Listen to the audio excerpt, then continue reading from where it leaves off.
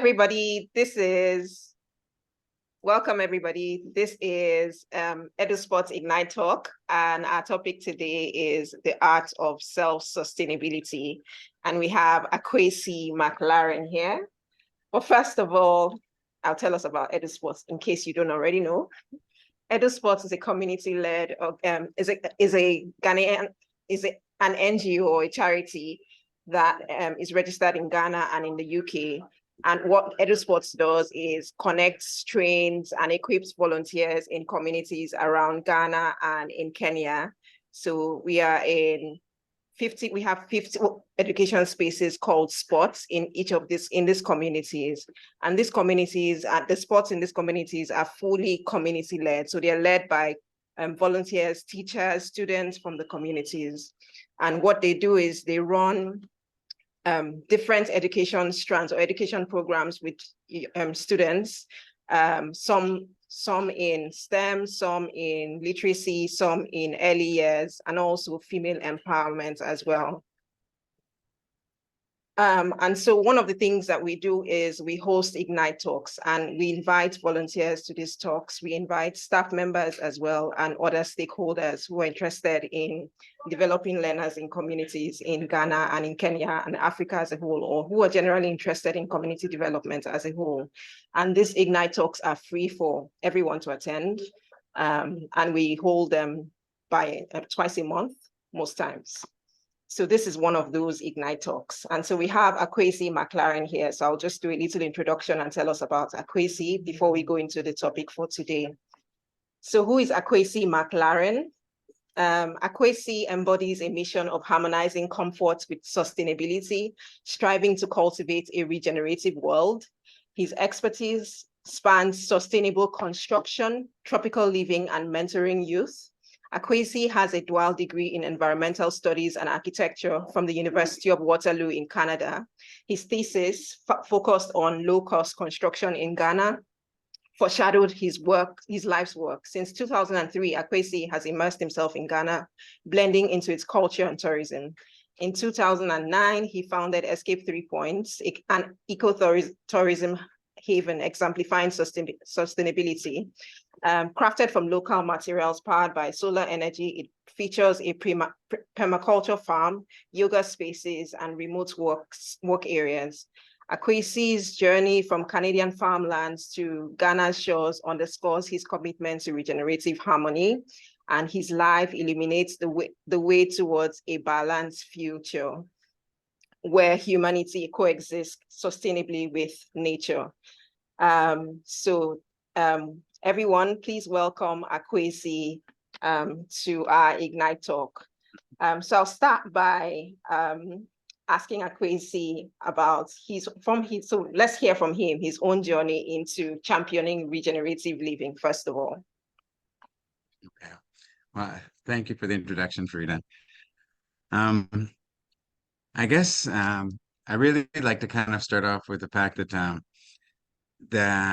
the idea of tonight, just the discussions about the art of self-sustainability.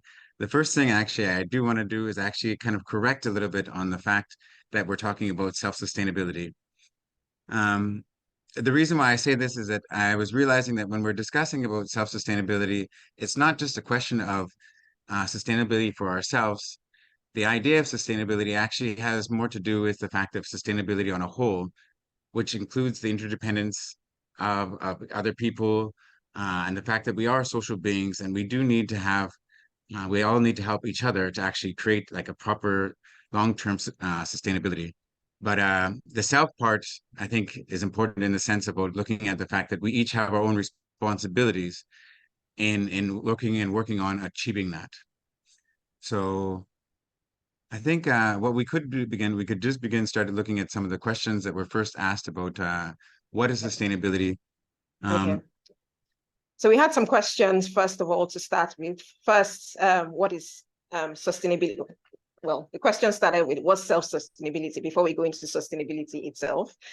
What is self-sustainability? Is self-sustainability important? How do we become self-sustainable? So I'd just like to ask guests here, do you have any idea what self-sustainability is before we hand over to Akwasi to tell us from his own experience.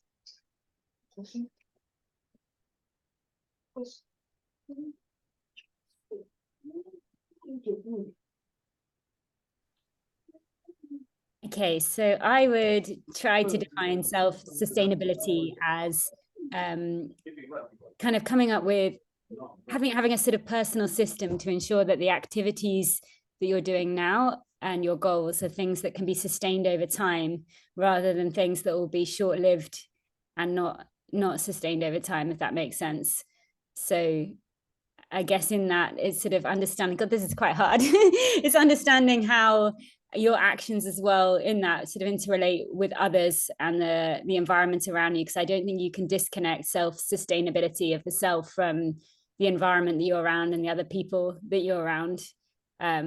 So I found kind of community and environmental understanding is key to yourself being able to sustain in your current goals. That was a go. Happy for other attempts. Kat, I think that was a great go. Thank you. You're pretty much right on it. I mean, it's true. It's a difficult thing to actually sit down and actually decipher exactly what it is, and definitely, when we look at the main concepts of sustainability, it's definitely about making sure that you can meet all of your needs, but also making sure that as you're making sure you meet all of your needs as a person, that also looking at the long term repercussions and with that, making sure you're not compromising things from the future, especially for both society and the social context, but also environmentally. So looking at where like the things you're doing to make sure you have what you have, but also making sure that, the future generations also will be able to have the things that they need as well. Oh, Adam sent in his own contribution. Adam said self-sustainability is how you will manage or balance energy over time to avoid exhaustion. Helena, please go ahead. Helena.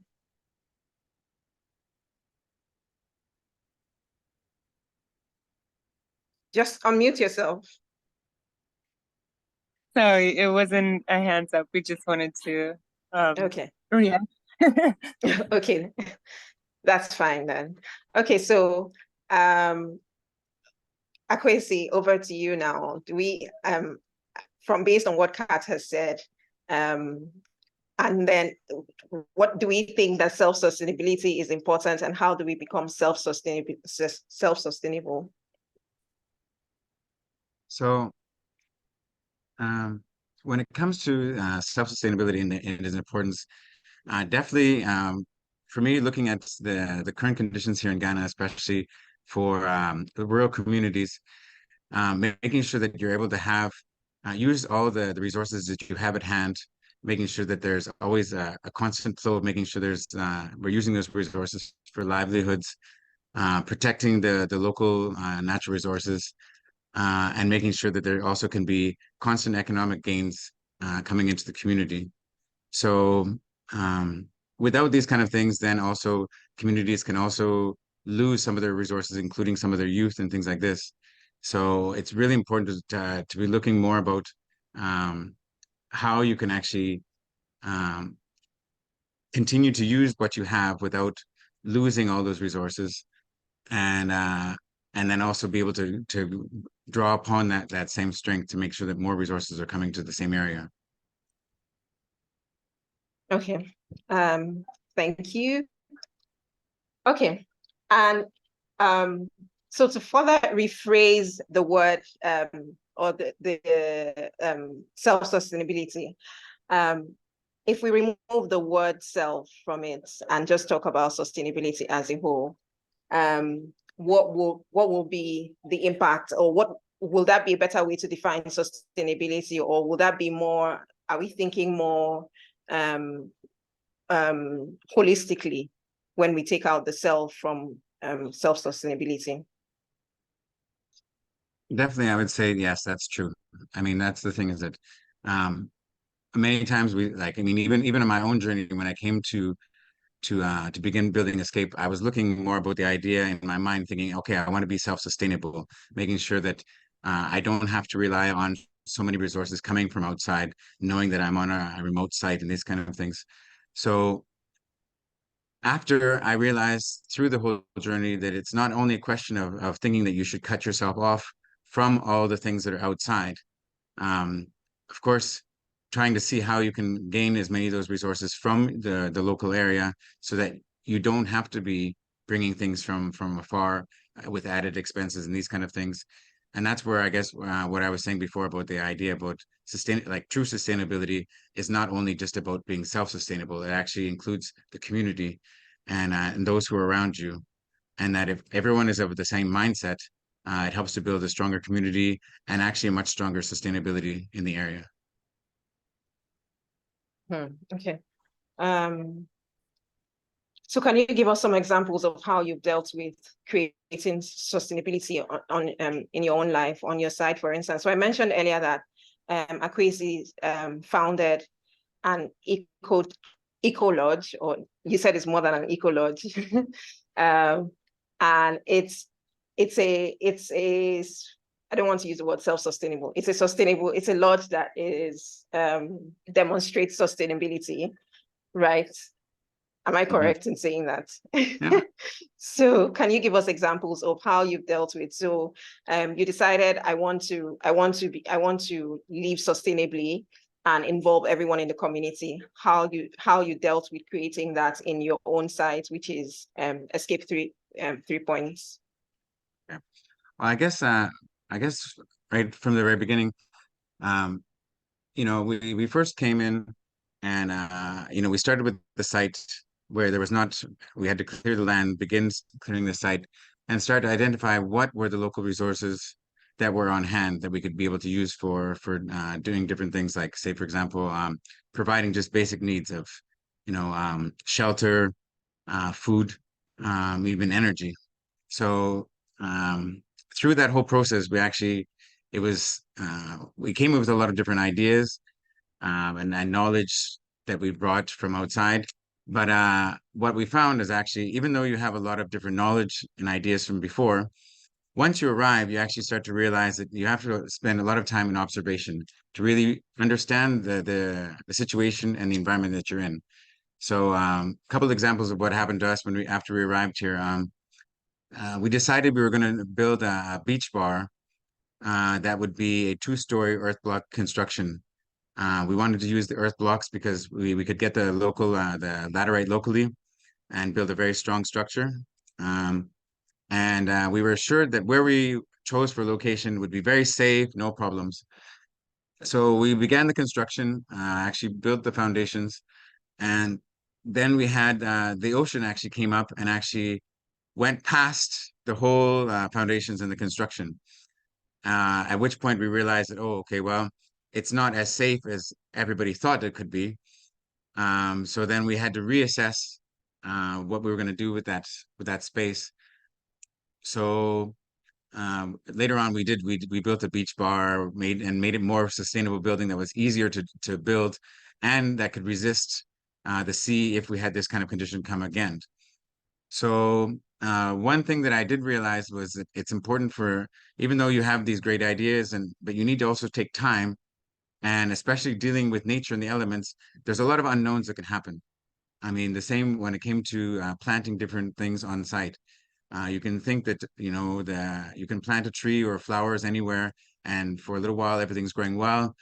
You realize later the things are dying. What's happened? Oh, there's too much stones deeper in the soil, or it's rainy season, there's too much salt air coming in, so it's also killing the vegetables, things like this. So really taking time to also go through the observations are some of the things that we started to learn about the importance about learning how to become self-sustainable on a site where you don't know all the conditions that will happen. So in your own journey at Escape 3 Points, how did you acquire the skills that you needed? So for instance, you needed to know about the conditions in which, for instance, the plants will, thrive in. the kind on your own background also helped with in terms of what kind of structures to use to build, for instance, or materials to use to build. But if you want to first take into account everything that you find in the environment that you are in, and then start to think about what you can build from what is available, there are lots of different aspects to it. So for instance, understanding plant life, for instance, or ecosystems around you, understanding building structures. How did you acquire those skills? Did you rely on people in the community to bring in their own skills and then work together with you for you to be able to build something tangible at Escape 3 Points? So actually, it's been a combination of different things. My background is actually in architecture, and I did my thesis in local construction in Ghana. But as for that, it was a lot of theory. I had studied about how to build composting toilets, the idea about using compressed earth blocks, but I'd never actually done any of these firsthand. So some of it was a question of theories that we brought. Some of it was also the actual experience of actually going through the process and actually building. Other aspects were the fact of once we got here, as I'm not from this area, learning from different local people who are from the area. And at the same time, when it comes to different constructions, like say, for example, when we're building with bamboo, Ghana is not really well known for doing a lot of construction in bamboo, even though it's a really good regenerative material. So it came from knowledge from books and things like this, but also meeting different people who have these expertise, and then also just going through the process and actually following through to implement it. So it's been a journey of different sources of information being brought together. And that was part of the whole idea of actually also able to do this, because for ourselves and actually to create this space, part of the whole point of actually doing it was to create a built example of alternative way of living. Not that everybody's going to start to live exactly the way we do, to live only in an earth house or to use natural ventilation for ventilation, or only rely on solar power, but to start to spark ideas in other people so that as they're also looking at their current conditions, they can start to relook at it and see how they can use the resources that they have. Like, for everybody, and of course for many different people who are in EduSpots, I know the EduSpots are spread all throughout Ghana, and as they're throughout Ghana, every location has its own different set of resources, its own set of climate conditions, and so of course each one of those aspects has its strengths and also its weaknesses. But it's a matter of sitting down and questioning it, looking at that, and also even taking reference to other places that may be in the local area or even abroad who have similar climate conditions, and being able to take and replicate those kind of examples. Of course, the same as how we were doing things. As you do it, things won't always work out so well. Many times they won't. But at the same point, if you're putting things together with a good base and a good foundation, then after you can take that and build upon it, modify it, and continue to make it better, so that others around you can also benefit from the knowledge that you've learned. Okay. What about food? Like, how did you deal with the aspect of food? Did you decide that, okay, we're going to grow our own food and everything that we eat here will come from what is grown locally? So that was, yeah, there's been a big focus on being able to grow our own food. We are still working on making sure that we can actually be completely self-sustainable as we're dealing with the different seasons, but at the same time, we're getting much better at it. And part of what's also helping with that is different local know-how about what's going on with the seasons, the local soils. So, and then also different ideas about things like permaculture. When it came to us first starting to grow vegetables, we really we don't use any chemicals, and we wanted to do everything organically. But traditionally in Ghana, a lot of times the farmers have been taught that they should be using chemicals, they should be using inorganic fertilizers and things like this. So in the end, for me, I came from a background of farming in Canada. So I know about how that really can deplete the soils and things like this. So over time, we started looking at different options. One of our options from the beginning, we were really looking at using our composting toilets, thinking we would have a lot of compost coming from our toilets. And this way, by having our composting toilets, we don't have to worry about a septic system. We don't have the problems of dumping out this waste and where will it go. After we actually emptied our composting toilets the first time, we realized that the composting toilets were working almost a little too well, and it was reducing the waste into such a small amount. It didn't amount to the huge amounts of compost we thought we would have, but fortunately, it was also eradicating a problem that we would have with another kind of waste. So through time, we also looked at different options. You know, we've added different things. We have chickens to help with for making compost. We're using we started raising rabbits for the meat. And actually, after raising the rabbits, we started to realize the importance of using rabbits and using rabbit feces, and that it's a wonderful fertilizer. So I guess one of the things, especially for the food aspect, that we really learned a lot about is the fact that using permaculture methods, where you're actually looking at the natural cycles of well, the natural cycles of nature, instead of actually trying to fight them, and you're starting to actually use those for your benefit, it helps to actually create systems that at the beginning may seem like they may take a little more effort than a traditional system, but over time, actually, it makes systems that you don't have to be doing as much inputs, which allows it to be more sustainable, which allows you more time to be able to do other things.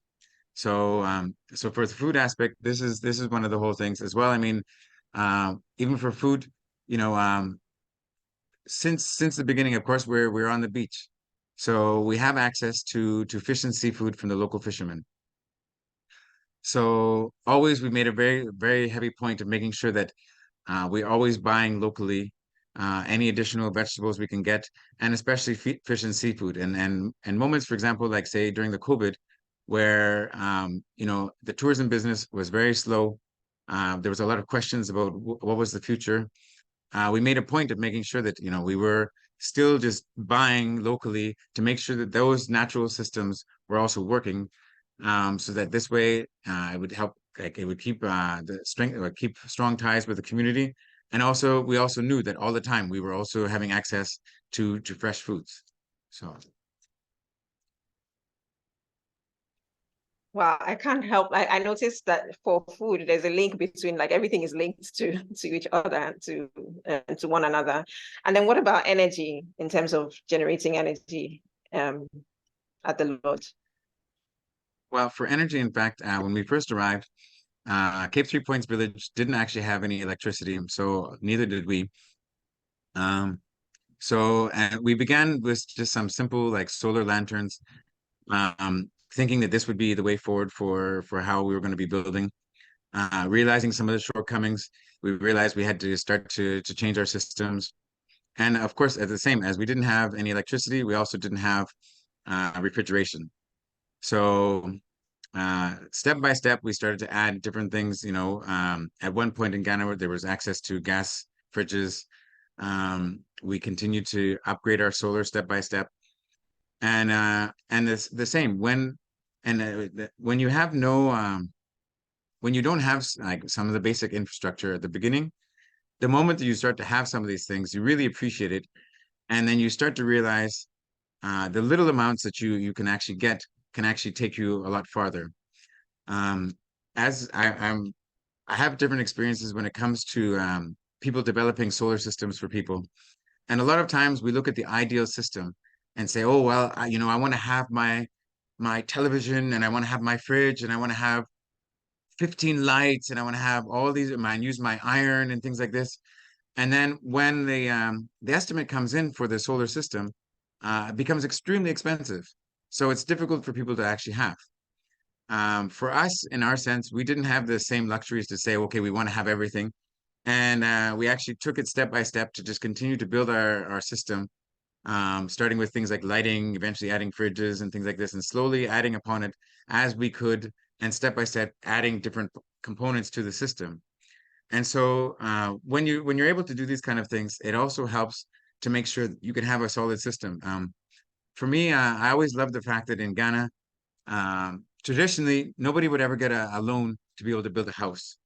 And that, you know, people would get a bit of money, you would buy a couple of bags of cement, you build your blocks slowly and surely. You build your house. Eventually, you have your house, and forever now you have your house. And so the same way and the same kind of methods is the same kind of ways we went about building everything for our energy. So now we're able to power the entire site, our house, fridges, the workstation, everything like this. And so definitely and still we're still off the grid. When the grid came to the village, the price was so expensive. We said no, thank you. And fortunately, still we're off the grid because still, as we know here in Ghana, we're still having a lot of lights off and these kind of things. And fortunately, for ourselves, it doesn't touch us. So it's things that, even within the spots or in even people's homes, by looking at these kind of options, literally, there are more and more different options that we have here in Ghana that can help to be able to kind of bridge those kind of gaps and be able to allow ourselves to be able to have the basic needs that we need to have on a daily basis.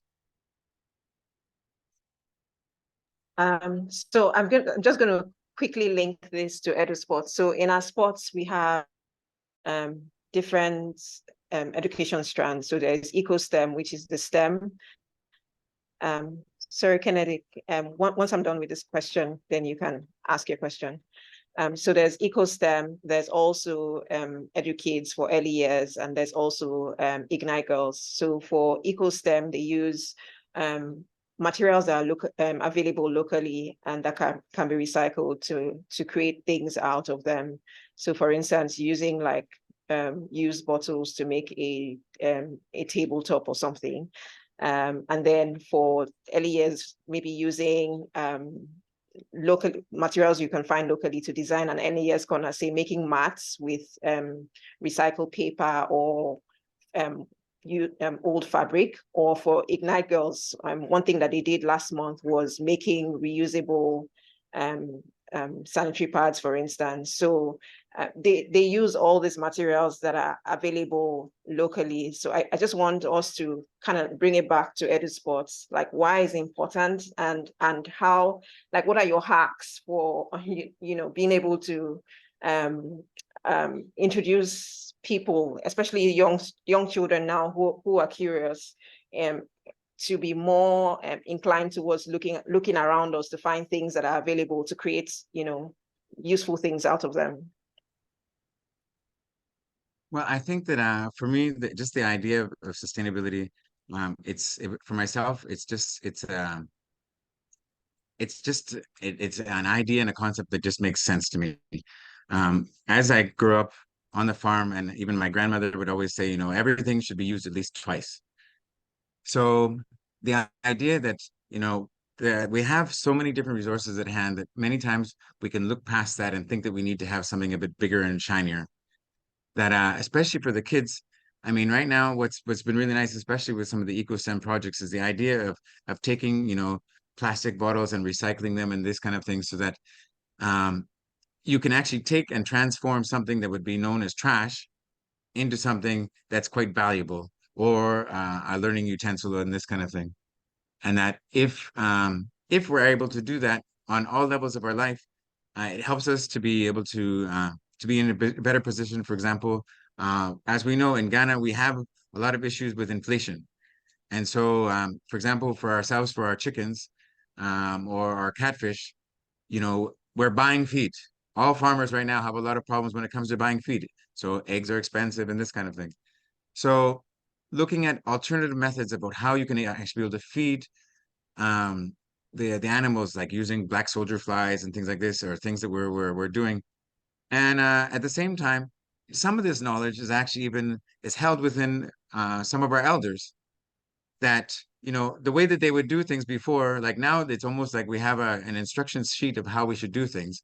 But they didn't have the same access to supply chains as we do now.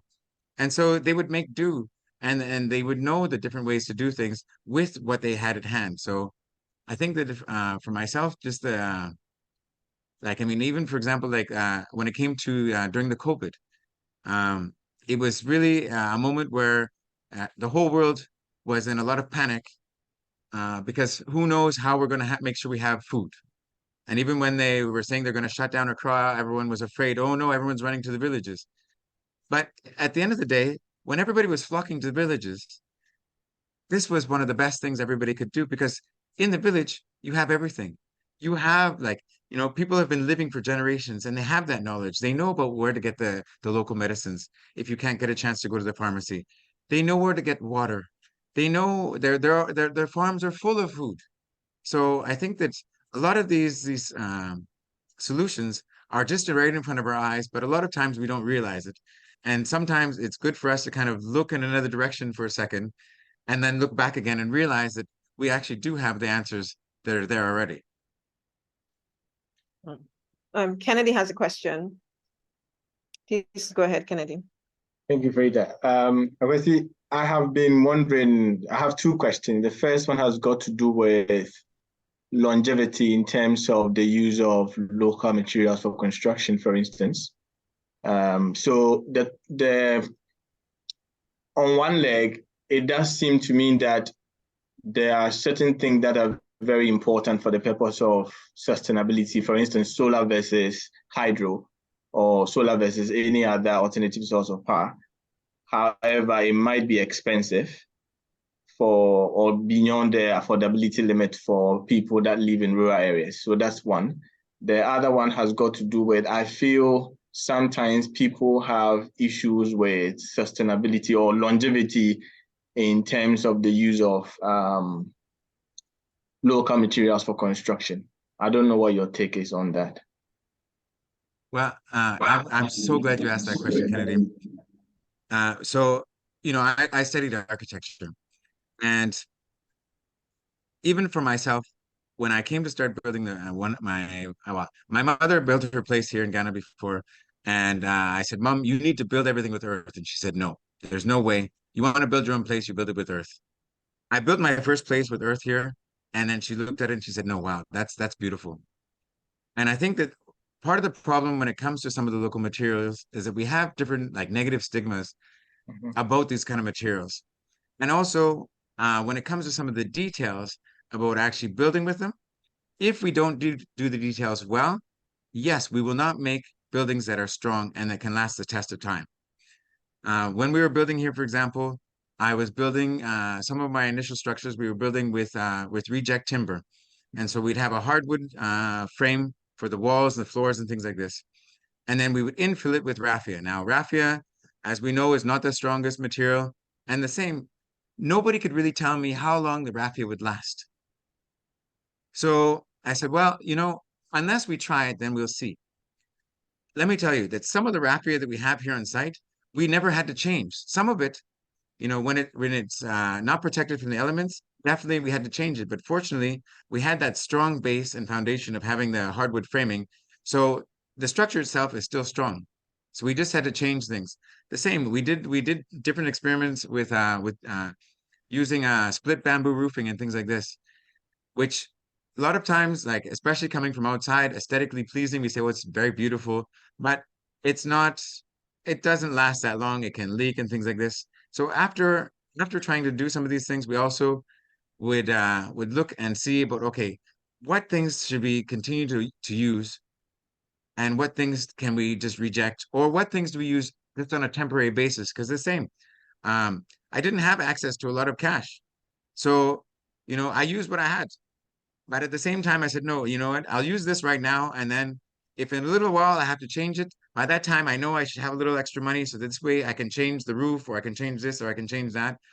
And so, I mean, that's one of the things that for myself, when it comes to local materials, is that, a lot of times we frown upon the local materials, but whereas other countries, like, say, for example, you go to Asia, and different places in Asia, how they're able to use and construct with bamboo, I mean, they can do phenomenal things, whereas many times here we're using it as firewood.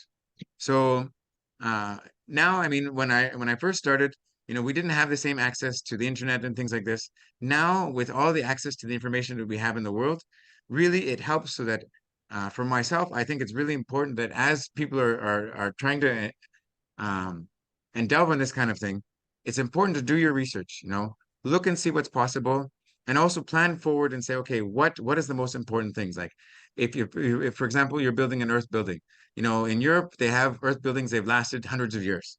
In Ghana, we have earth buildings that don't last so long. And there's a number of reasons for this, and it has to do with the details of the building and things like this. And I mean, well, I'll tell you straight, one of the easiest tricks is a good roof. If you have a good roof, your earth building, and if you have a nice concrete base, your earth building can last forever. You know, and it's just small things, but if we don't do those things, definitely we don't have the strength. And so this is the keys to really being able to use these kind of materials. And also it helps to reduce cost. When we use earth, for example, instead of concrete for walls, we don't have increased heating. So, I mean, if you really want an air conditioner in your earth building, you can do it. But in the end, you have a house that's a lot more comfortable and it costs you a fraction of the price.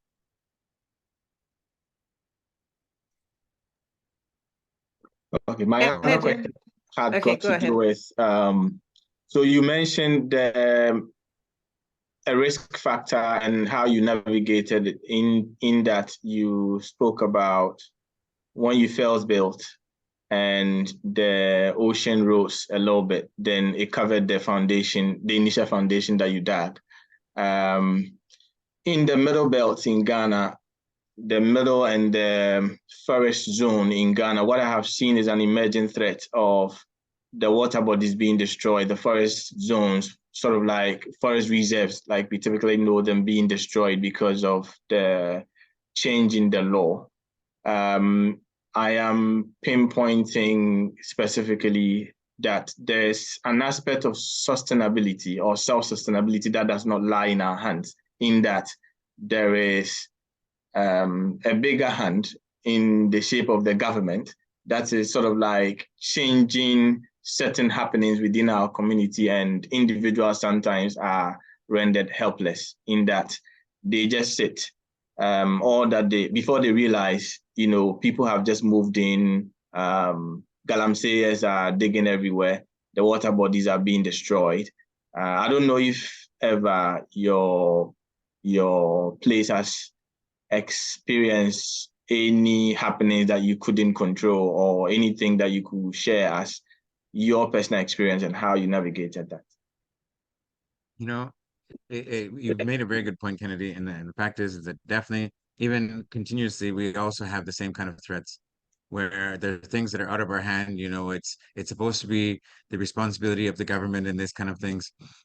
I think the thing is that when it comes to trying to see ways and means of being sustainable in our and in the environments that we are in, it's about ourselves taking like small steps and taking action.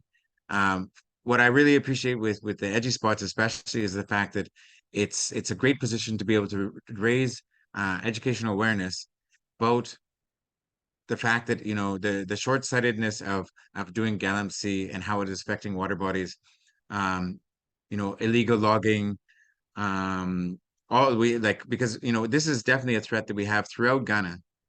And that, you know, even currently we have similar things going on here with you know, between chief and elders and people deciding like, okay, which is going to be the most important, and like, what about the short term? We have to try and develop things now, and what about the long term? And so definitely it's I know sometimes it really feels like helpless, like we feel a bit helpless in the fact that we're only, you know, individuals, and it's difficult for us to face this on a bigger scale. But definitely, you know, being able to share knowledge, share and also with different community groups, making sure there's more of an understanding of where that's going to go for their future and for those people's children and things like this, will also help to be able to shift the balance. Sometimes also, you know, looking at uh, going and petitioning to the government and things like this, that can also help. But I hear what you're saying, but the most important thing for myself is it's really important to just to be making those small efforts in an effort, because I mean it's not just in Ghana that we have a lot of issues. I mean the whole world, you know, right now, like you know, I've got a bunch of family that are in Canada, and so much of Canada is on fire. When I spoke to my father the other day, like they're not supposed to go outside, you know, and I say, well, you know, it's really it's terrible. And at the same time, you know, they're forecasting for Ghana that we're going to have, like, you know, we're going to have longer rainy seasons. It's going to be more wet, and you know, it's also changing the way that farmers are growing here. So definitely, as a whole entire world, we all are facing a lot of challenges because there's so much change in the environment. And so for myself, it's important for us to just really focus on the parts that we can do an impact, because just with small steps, that will definitely help to move and make some positive change, even though sometimes it doesn't feel like it.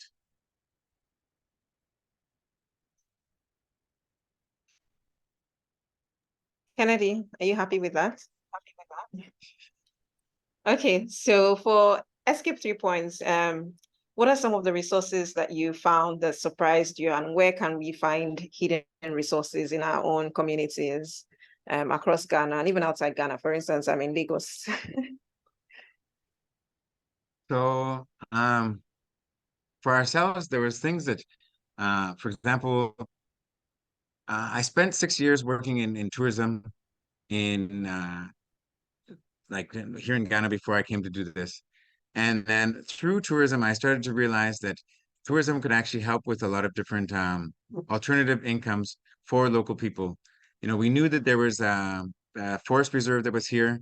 And so by the fact that we're here and also that people are also coming here as a tourism site, it's allowing that there's more people coming here. The same, when we arrived here, we didn't know there was sea turtles nesting here. So we could see that there was also a big threat for the sea turtles, with people actually eating sea turtles, but also worldwide, there's a big problem with sea turtles. And so we were able to turn that into actually a benefit for the local community, and also start to do some conservation of the eggs, and be able to give to be paying people to help conserve the sea turtles. So still, it always seems to continue that we're starting to see different resources that we didn't realize that were a benefit. For example, there's sacred crocodiles, which uh, we didn't want to disturb the sacred crocodiles, but then even this year we saw that they're becoming to be under threat from people from neighboring communities, and so it's difficult for the local community to be able to take a stand on that, because it's people coming from outside. So how can we be able to use that and use tourism, for example, to help make sure that there's more people in the areas within the forest, for example, where there's the illegal poaching and galamsey for the crocodiles.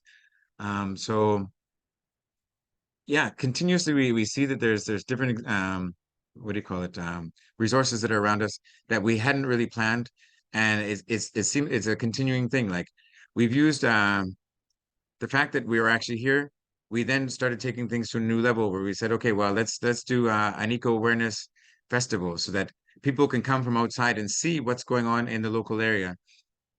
For Cape 3 Points, you know, we're known as Oil City, but there's no oil to be found here, and we're on a very rough road with a very small village, which is really lacking in proper infrastructure. But when we go outside, people will tell us, oh, well, you're from the place where there's so much money and things like this. So also raising some awareness about the fact that, yes, you know, like it's not the oil city people think, but, you know, we have a very beautiful area with one of the cleanest beaches here in Ghana, that, you know, people from not that far off don't always get a chance to also see. To be able to even showcase different things that are around the local area, like different local other villages that also have tourism sites that people aren't necessarily going to go to. So that the more we can highlight what's going around here, the more people are coming, and also the fact that yeah, we have been blessed to be able to have access to more resources in the area than we thought that we would. Even though, I mean, even for example, right now we have an amazing internet connection, which due to the fact that we're here, we've been blessed with having really good network come, because formerly we had no network. We had to stand beside a small tree. But now it means that for the community and for the children in the community, they have access to the internet. So they have access to different resources that they wouldn't have had access to before. So our list of resources that are around seems to continue to grow. And all the time we just kind of keep an eye and see what do we have, how can we try to use that to be and use it through the same kind of idea, permaculture principles, where you're using each cycle. Like the more each resource that you have, the more times you can use the same resource, it doesn't deplete the resource. if anything, you're able to just gain that much more from the same resource. And so by the same kind of logic and thinking, that's what's actually created what we do here. And that's what we like to continue to promote. All right. Thank you. So if you have any questions, please, you can raise your hand or put it in the comments. And then also, I also want to ask about like getting the word out. So you're living sustainably, you found resources, you're exploring tourism from your own experience, especially with Keep 3 Points. How do you get the word out for people to know what you're doing or what you're discovering, or, you know, like the resources you've come across? How do you bring people in or to let people know or spread the word? Well, it all began just with word of mouth. Nowadays, of course, now we have all the social media with Facebook and Instagram and things like this. And what's nice is that there's a growing population within Ghana of people also wanting to learn more about what's going on in different regions. And I think that, for example, the same thing with EduSpots, you know, uh, different times, like I've traveled throughout Ghana in different areas, and it's amazing how many hidden pockets there are throughout Ghana that we don't know about, and you can just accidentally kind of stumble upon. And so I think it's something that definitely there's the possibility with using things like EduSpots to be able to also promote different areas so that people also see the things that are going on. Um, I mean, just watching what's been happening with the EduSpot feed, it's amazing what can happen in these villages where the neighboring village doesn't have the same level of participation with students or the teachers or the local community members. So I think likewise, people can be using the same kind of social media networks, and that randomly like things go viral. So you never know like how one small action can just go, and that many people will start to realize what's going on in your community. Awesome. That sounds good from a comms perspective. And then for EduSpots as a whole, so what's EduSpots' role in sustainability? And thinking about the fact that we have 50 different spots that are all different in different areas around Ghana, and some in Kenya. Yes. So for me, I think that what's really wonderful with the EduSpots is that it's such a great opportunity to be able to, as the people who are setting things up and also the volunteers of the spots, these are true leaders of the community. It takes a lot of initiative to be able to go out there and take your time to also help and put things back into the community. So already the fact that these people are out doing these things starts to, and bringing it all into one place, it also brings a focus for people to see what's going on. The fact that EduSpots also has a lot of access to different resources, whether it be books, whether it be through the internet, whether it has to do with even the sharing of activities that are going on in other spots. So for me, just the innovative way that EduSpots is working, that itself, I think can continue to be built upon, and will really continue to really push things forward, whether it's like 100 spots in 5 years' time or 200 spots or whatever. I think that really, even though it's only 50, it's still 50, and I think that the emphasis and the impact from that will really continue to spread out, just based on the fact that there's already these like spaces that have already been created. Okay, so it would be great if we have volunteers here. You can ask a question with respect to your own perspective from your sports as well, if you want. You can put it in the comments or raise your hand if you have any questions. But going back to Akwasi, I'd just like to say, so in your what are some salient points you will leave us with in terms of what you've learned on in your journey about stability, sustainability? So I think that actually the one of the really, I think maybe the biggest point that I learned about sustainability was the fact that I was striving for this life of sustainability, and then one day I was asked the question that sustainability, the idea and the concept of sustainability is really great, but if, for example, somebody asked you about your marriage and they ask, how is your marriage? And you say, it's sustainable. Now, if I was to answer like this, I'm not sure my wife would be very happy with me. At the same time, if you actually start to look at it and say, well, how is your marriage? It's regenerative. Then you start to really get the idea about the fact that, it's not that you're just sustaining a certain level.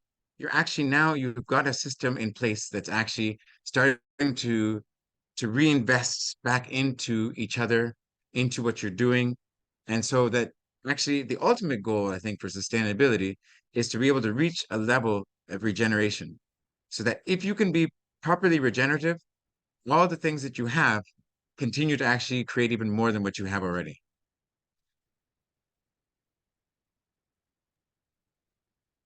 Thank you. That's awesome. And then, do we have any questions? Okay. There are some comments in the chat. What measures do you recommend for sports to enhance sustainability at various sports? And can we say recycling and reuse of material means practicing sustainability? So when it comes to recycling in the spots, when it comes to sustainability in the spots, I think that it could be a good place to just stop and just think about small, simple actions, not necessarily thinking you have to revamp everything that's going on there, and also be able to ask the question about what you could possibly already be doing that is already sustainable, because there's also a possibility you're doing things that you don't even realize, and also to promote that. I mean, it could be as simple as turning off the lights when you leave the room. You know, it could be as simple as, okay, well, we always have a problem with water in this spot. Is there any ways and means we can be able to do rainwater collection, or minimize the amount of water use by even putting, a small water bottle in the toilet inside, so that when you flush, it doesn't use as much water. I think the key for it is to really look at um, small things that you can actually do to make the impact. Sometimes it seems that we have to make really big moves to really make a lot of impact, but really, for me, I don't think it's that important to actually. I mean, if you can, fine, go right ahead. But better to just look at the small things that you think you can do within your means and within your spot, because I'm quite sure that when it comes to the people who are running the spots, it's not that the only thing they do is running the spots. And then at the same time, when you're doing these things, also, be able to open up conversations and stir up and inspire some of the children who are coming, so they can also stop and think more about the reasons why you're doing these kind of things. So these would be some of the suggestions I would say to begin with. Okay. So Kat is wondering if you have any advice for managing conflicts within the community. Wow, that's a good question. So when it comes to managing conflicts within the community, one of the things I have found that's really important is really taking a step back and listening to what other people are saying. As humans, we usually like to take things very much to heart. But taking it a step back to really understand where the person is coming from. For me, I was born and raised in Canada. So when I come to Ghana, quite often there can be all kinds of different cultural confusions, because I didn't grow up here. So I didn't learn all the different cultural nuances when I got here. And even in conversation, because my English I have a different accent, it's quite easy for us to have different confusions. And so knowing this, it's easier to also to address it. But a lot of times when we're all coming from the same place, we all speak the same language, maybe we're even family members, many times we don't also take that extra step back to try to really understand where the person is coming from. And so when it comes to these kind of situations, when it comes to conflict within the community, I think it's important to take a step back to ask the question about, like, okay, why is this person upset? Where is this issue coming from? And not taking it as a personal attack, really looking and digging deep about the real essence of where that problem is coming from. Because in the end, this way, there's a better chance you'll be able to actually come face to face with that person and also have a better understanding so you can actually resolve the whole problem. Thank you. Abdul Malik asked, how do you build and maintain your team? I believe that's your team at Skip 3 Points. So when it comes to building my team, I think part of the whole thing is that my team, right now we have a team of what, about 15 or 16 people. And it's like family because we're all coming from different places. Some people are coming from local communities, some people are coming from not far away. And the fact is that we're all human beings. We all have our own problems personally. We all have our own problems with our families. And so when it comes to addressing those things, you know, one of the big things I think, especially in Ghana, when it comes to, like, say, for example, funerals, sometimes people are not they're not thinking so much about another person's funeral if it's there's pressure and stress in the work site. So with our team, we know there's a collective knowledge in the fact that if somebody has a problem, then we're all here to support and to take care, even though it may be a very serious pressure time. You never know the next time if you'll be in that situation yourself. So also continuous meetings. We've been doing weekly meetings, gatherings to also make sure that there's clear communication. This always, over the years, I've seen many times where simple miscommunications can really create all kinds of problems and havoc. So just making sure there's a lot of clear communication allows you to make sure you can also maintain a good team together. Thank you. So you mentioned working in, this is from Oluwaseun, you mentioned working in tourism sector before starting out. What was learning or your experience like in terms of agriculture? So in terms of agriculture, and let me just say, for all the things that I know I'm not perfect in everything. And in fact, I'm still a student. I'm always learning. Um, for myself, I grew up on the farm. We had a garden, so I grew up in the garden, starting to grow things. Since coming to Ghana and also being here, the same. Being a part of actually growing things, looking at what works, different methods of how to do things. So at this moment, I don't have any specific certificates, but a lot of it is just it's hands-on knowledge. And I think especially when you're farming, a lot of times that sometimes is the best ones. So you have to start. Yes, you just have to start. I mean, even if you take a cup of soil and put it on your balcony, start. And then you start to get to know and get to see, like right now, even my daughter is starting to do the same thing. And she's growing, she grew some beans and now she's growing her second round of flowers and things like this. And after, by also doing it, you make some mistakes. You'll overwater something, you'll put it in the sun too long. But it's a question of experience. So. Okay, that's encouraging. Sarah says she's hoping to visit to see the turtles and the Milky Way one someday. Do we have any other questions?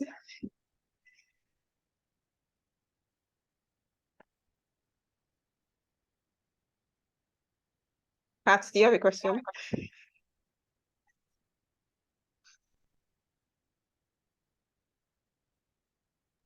Just wonder, in terms of leadership, just any advice on how you bring others towards a vision that you might have that isn't initially kind of maybe shared by others, or how you bring other people on board to contribute to the vision you have for something? So when it comes to that, actually, definitely, I've gone through ups and downs with this whole concept over the years.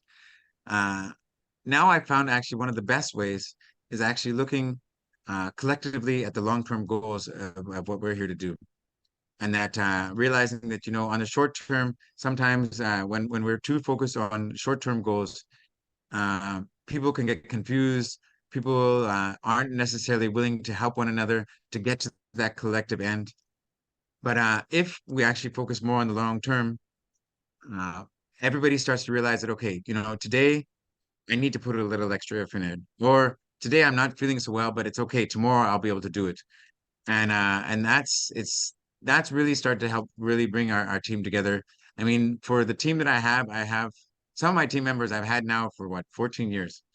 Others who are newcomers, and this is also an interesting factor, is about the fact of having, people for different amounts of time. Like there can be question of seniority and like, oh, well, now I've been here longer, so maybe I shouldn't work the manual work so hard and things like this. But what I've also found is that um, when you also give space for each individual to really use their skills and knowledge, it really helps inspire other people. Like we're going through a moment right now where on our farm, we have some unexpected people who have different knowledge about farming that we didn't know before, who are looking at things in a whole different light. And it's inspiring people who are not even interested to even step foot in the farm. So um, this is the thing. I think that for your like, if you're the primary leader of your spot, it's important to always keep your energy high. Know that there will be moments where things are not going to go very smooth, but it's just a part of the whole natural cycle of things. And at the end of the day, you have to just carry on and know that eventually things will continue to move forward. I mean, like EduSpots now is almost a decade old, and the same, like, it'll go through moments where everything is flowing really perfectly, and other moments where it won't. And as long as you know that, you know that at the end of the day, you will succeed and everything will come together. Thanks, Akwasi. My pleasure. I could keep questioning you, but I think I'll hand back to Farida. I know time is also running out. Oh, I think Farida has maybe dropped off.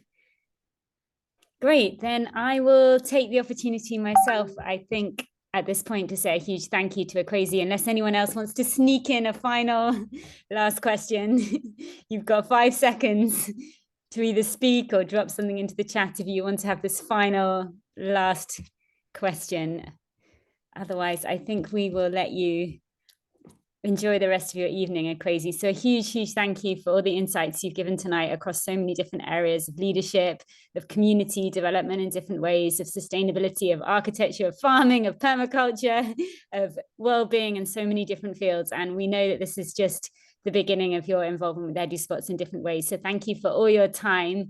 And if anyone wants to drop Akwasi a question, I'm sure if you follow Escape 3 Point on Instagram, you'll be able to. I don't know why we haven't had any pictures today. It's one key thing. So if you want to actually check out, unless you want me to quickly show any, or I think maybe as we're reaching the end, if you want to check out what the lodge actually looks like, just follow Escape 3 Point on Instagram and you'll see all the exciting things going on in this remarkable sustainable community. Cool. Thank you, everyone. Yeah, I think that's a good choice. And thank you too, Kat. Really, I appreciate to be able to share in the EduSpots network, and definitely I look forward to also seeing all kinds of endeavors and things actually expand upon from this through EduSpots and through the kids who are all involved in it as well. So thank you. Cool. Thanks for joining, everyone. I think we'll leave it there. Jennifer, we can take your question offline. Thank you, everyone. Bye.